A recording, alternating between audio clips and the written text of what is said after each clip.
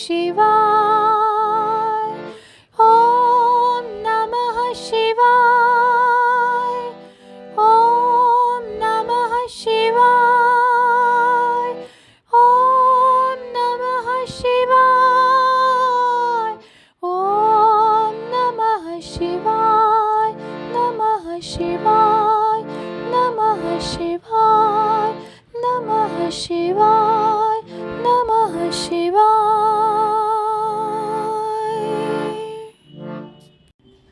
मीना का विलाप, शिव के साथ कन्या का विवाह न करने का हठ, देवताओं तथा श्री विष्णु का उन्हें समझाना तथा उनका सुंदर रूप धारण करने पर ही शिव को कन्या देने का विचार प्रकट करना। ब्रह्मा जी कहते हैं, नारद, जब हिमाचल प्रिया सती मीना को चेत हुआ तब वे अत्यंत शुद्ध होकर विलाप एवं तिरस्कार करने लगीं। पहले तो उन्होंने अपने पुत्रों की निंदा की, इसके बाद वे तुम्हें और अपनी पुत्री को दुर्वचन सुनाने लगीं। मीना बोली, मुने, पहले तो तुमने ये कहा कि शिवा शिव का वरण करेगी, पीछे मेरे पति हिमवान का कर्तव्य बताकर उन्हें आराधना पूजा में लगाया, परंतु इसका यथार्थ फल क्या देखा गया? विपरीत एवं अनर्थकारी दुर्बुद्धि देवर्षे, तुमने मुझ अधम नारी को सब तरह से ठग लिया। फिर मेरी बेटी ने ऐसा तप किया जो मुनियों के लिए भी दुष्कर है। उसकी उस तपस्या का यह फल मिला जो देखने वालों को भी दुख में डालता है। हाय हाय, मैं क्या करूं, कहाँ जाऊं, कौन मेरे दुख को दूर करेगा? मेरा कुल आदि नष्ट हो गया, मेरे जीवन का भी नाश हो गया। कहाँ गए वे दिव्य ऋषि? पाऊँ तो मैं उनकी दाढ़ी मूछ नोच लूँ। वशिष्ठ की वह तपस्विनी पत्नी भी बड़ी धूर्ता है। वे स्वयं इस विवाह के लिए अगुआ बनकर आई थी। न जाने किन किन के अपराध से इस समय मेरा सब कुछ लुट गया। ऐसा कहकर मीना अपनी पुत्री शिवा की ओर देखकर उन्हें कटु वचन सुनाने लगी। अरे दुष्ट लड़की, तूने ये कौन सा कर्म किया जो मेरे लिए दुखदायक सिद्ध हुआ? तुझ दुष्टा ने स्वयं ही सोना देकर कांच खरीदा है, चंदन छोड़कर अपने अंगों में कीचड़ का ढेर पोत लिया।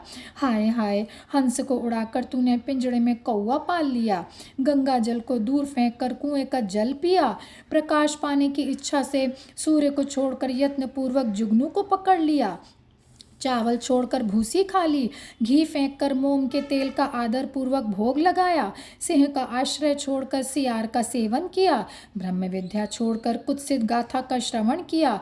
बेटी, तूने घर में रखी हुई यश की मंगलमयी विभूति को दूर हटाकर चिता की अमंगलमयी राख अपने पल्ले बांध ली, क्योंकि समस्त श्रेष्ठ देवताओं और विष्णु आदि परमेश्वरों को छोड़कर अपनी कुबुद्धि के कारण शिव को पाने के लिए ऐसा तप किया।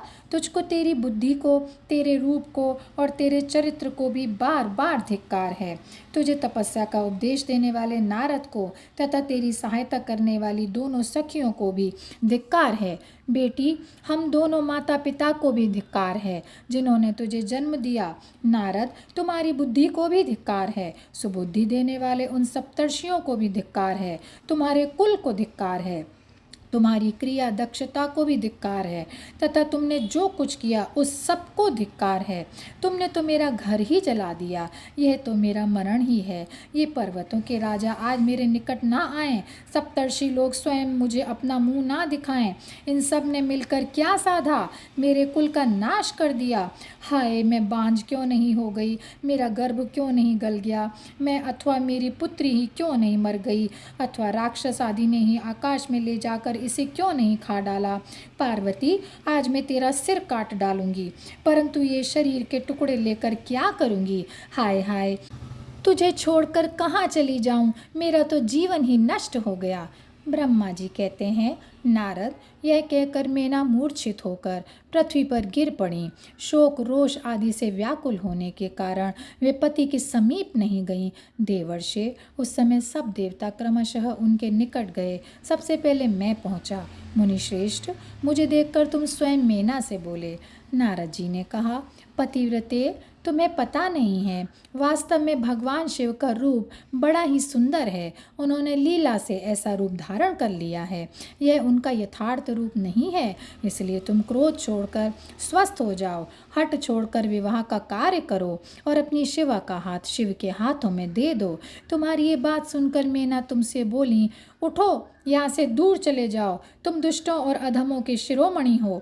मेना के ऐसा कहने पर मेरे साथ इंद्र आदि सब देवता एवं दिक्पाल क्रमशः आकर यूं बोले, पितरों की कन्या मेने, तुम हमारे वचनों को प्रसन्नता पूर्वक सुनो। ये शिव निश्चय ही सबसे उत्कृष्ट देवता हैं और सबको उत्तम सुख देने वाले हैं। आपकी पुत्री के अत्यंत दुष्पह तप को देखकर इन भक्त वत्सल प्रभु ने कृपा पूर्वक उन्हें दर्शन और श्रेष्ठ वर दिया था। यह सुनकर मेना ने देवताओं से बारंबार अत्यंत विलाप करके कहा, शिव का रूप बड़ा भयंकर है, मैं उन्हें अपनी पुत्री नहीं दूंगी। आप सब देवता प्रपंच करके क्यों मेरी इस कन्या के उत्कृष्ट रूप को व्यर्थ करने के लिए उद्यत हैं। मुनीश्वर, उनके ऐसा कहने पर वशिष्ठ आदि सप्तर्षियों ने वहां आकर यह बात कही, पितरों की कन्या तथा गिरिराज की रानी मैंने, हम लोग तुम्हारा कार्य सिद्ध करने के लिए आए हैं। जो कार्य सर्वथा उचित और उपयोगी है, उसे तुम्हारे हट के कारण हम विपरीत कैसे मान लें। भगवान शंकर का दर्शन सबसे बड़ा लाभ है।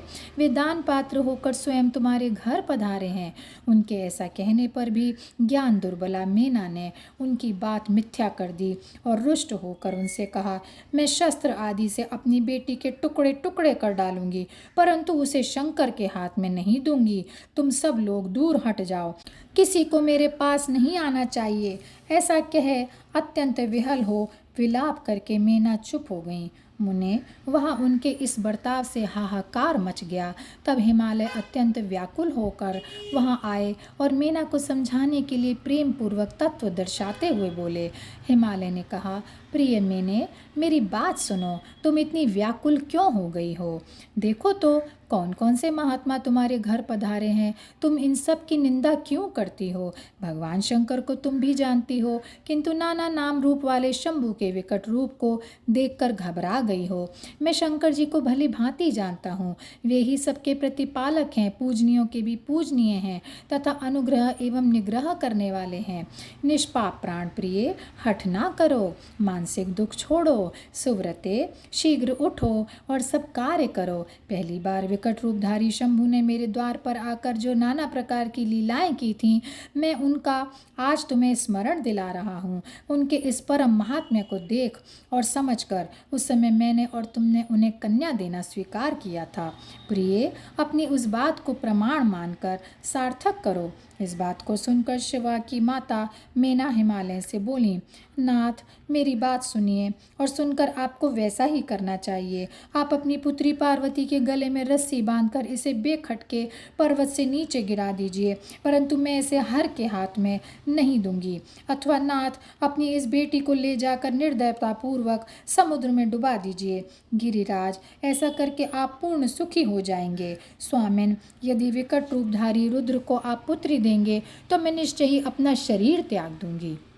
मेना ने जब हठपूर्वक ऐसी बात कही तब पार्वती स्वयं आकर यह रमणीय वचन बोली, माँ, तुम्हारी बुद्धि तो बड़ी शुभ कारक है, इस समय विपरीत कैसे हो गई? धर्म का अवलंबन करने वाली होकर भी तुम धर्म को कैसे छोड़ रही हो? ये रुद्रदेव सबकी उत्पत्ति के कारणभूत साक्षात ईश्वर हैं, इनसे बढ़कर दूसरा कोई नहीं है। समस्त श्रुतियों में यह वर्णन है कि भगवान शंभु सुंदर रूप वाले तथा सुखद हैं, कल्याणकारी महेश्वर समस्त देवताओं के स्वामी तथा स्वयं प्रकाश हैं। इनके नाम और रूप अनेक हैं। माताजी, श्री विष्णु और ब्रह्मा आदि भी इनकी सेवा करते हैं। ये सबके अधिष्ठान हैं, कर्ता, हर्ता और स्वामी हैं। विकारों की इन तक पहुँच नहीं हो सकती। ये तीनों देवताओं के स्वामी, अविनाशी एवं सनातन हैं। इनके लिए ही सब देवता किंकर होकर तुम्हारे द्वार पर पधारे हैं और उत्सव मना रहे हैं। इससे बढ़कर सुख की बात और क्या हो सकती है? अतः यत्नपूर्वक उठो और जीवन सफल करो। मुझे शिव के हाथों में सौंप दो और अपने गृहस्थाश्रम को सार्थक करो। हे माँ, मुझे परमेश्वर शंकर की सेवा में दे दो। मैं स्वयं तुमसे यह बात कहती हूँ, तुम मेरी इतनी सी ही विनती मान लो। यदि तुम इनके हाथ में मुझे ना दोगी तो मैं दूसरे किसी वर का वर्ण नहीं करूँगी, क्योंकि जो सिंह का भाग है उसे दूसरों को ठगने वाला सियार कैसे पा सकता है। माँ, मैंने मन, वाणी और क्रिया द्वारा स्वयं हर का वरण कर लिया है, हर का ही वरण किया है।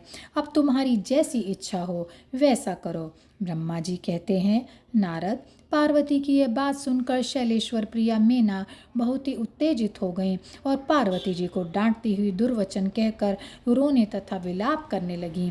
तदनंतर स्वयं मैंने तथा सनकादि सिद्धों ने भी मेना को बहुत समझाया, परंतु वे किसी की बात न मानकर सबको डांटती रहीं।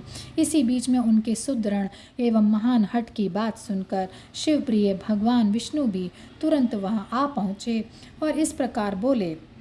श्री कृष्ण ने कहा, देवी, तुम पितरों की मानसी पुत्री एवं उन्हें बहुत ही प्यारी हो, साथ ही गिरिराज हिमालय की गुणवती पत्नी हो।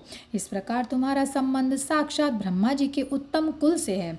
संसार में तुम्हारे सहायक भी ऐसे ही हैं। तुम धन्य हो। मैं तुमसे क्या कहूँ, तुम तो धर्म की आधारभूता हो, फिर धर्म का त्याग कैसे करती हो।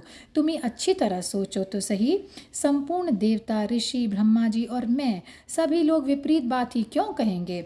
तुम शिव को नहीं जानती। वे निर्गुण भी हैं और सगुण भी हैं, कुरूप भी हैं और स्वरूप भी हैं, सबके सेव्य तथा सत्पुरुषों के आश्रय हैं।